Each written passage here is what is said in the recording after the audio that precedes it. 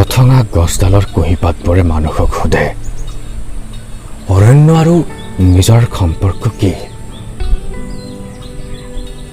অৰণ্যৰ অন্ধকাৰত জীৱনৰ খুঁটি হেৰাই যায় বিলাসিতা, নাৰী আৰু পুৰুষৰ।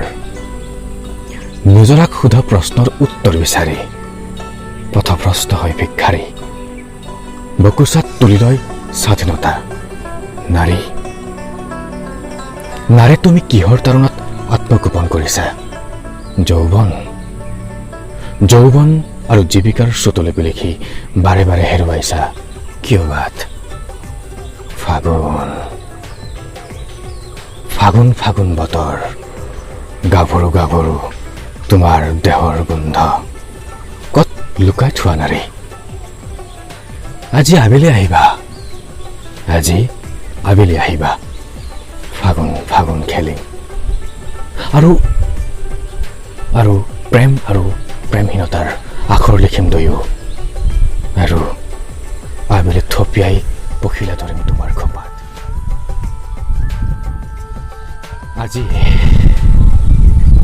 আজি অৰণ্য আৰু নিজৰে সোধো বোলা, আকাশৰ দিশ আৰু বাণী কিমান? নিজৰাৰ পানী খাই অৰণ্যৰ সৈতে দেহ বিচাৰ গান গাম বোলা, এক হম বিলীন হম উশাহৰ সৈতে। ৰাণী কিয় কান্দিছা গধূলি?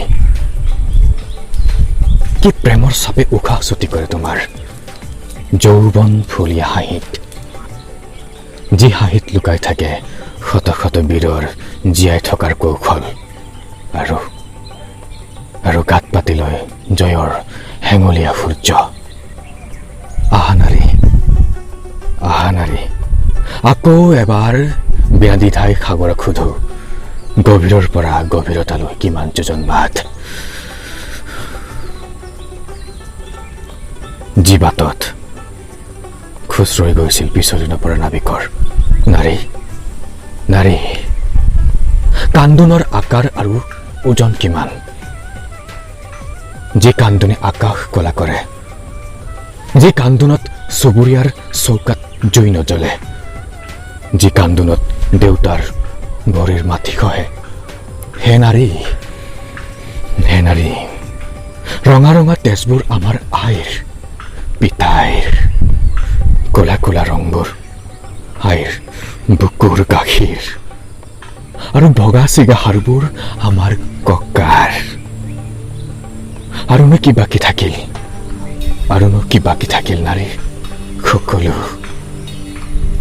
সকলো নিমিষতে চাৰখাৰ, আৰু আমিবোৰ